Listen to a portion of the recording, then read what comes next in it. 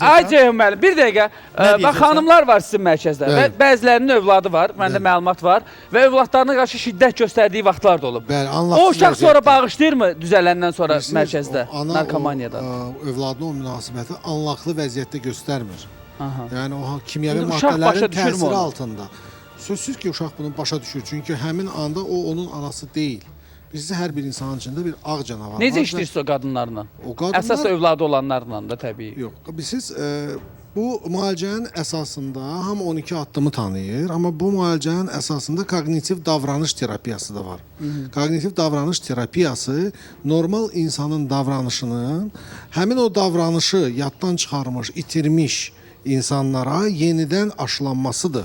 Və insanlar kimyəvi maddədən canını qutarandan sonra, bədəndən çıxandan sonra onlara normal davranışlar yenidən aşılanır və insan başa düşür. Özünü analiz edir, müxtəlif vasitələr var, müxtəlif tapşırıqlar var. Onları yerinə yetirincə insan özünü analiz edir. Etdiklərini, yaşadıqlarını, yaşatdıqlarını analiz edir və öz səhvlərini özü görür.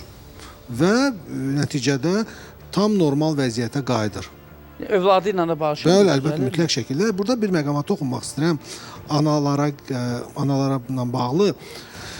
Mərkəzlərdə bütün ailənin, qohumlarının imtina etdiyi asıllar var. İstəyir narkoman olsun, istəyir qumarbaz olsun, istəyir alkoqolik olsun.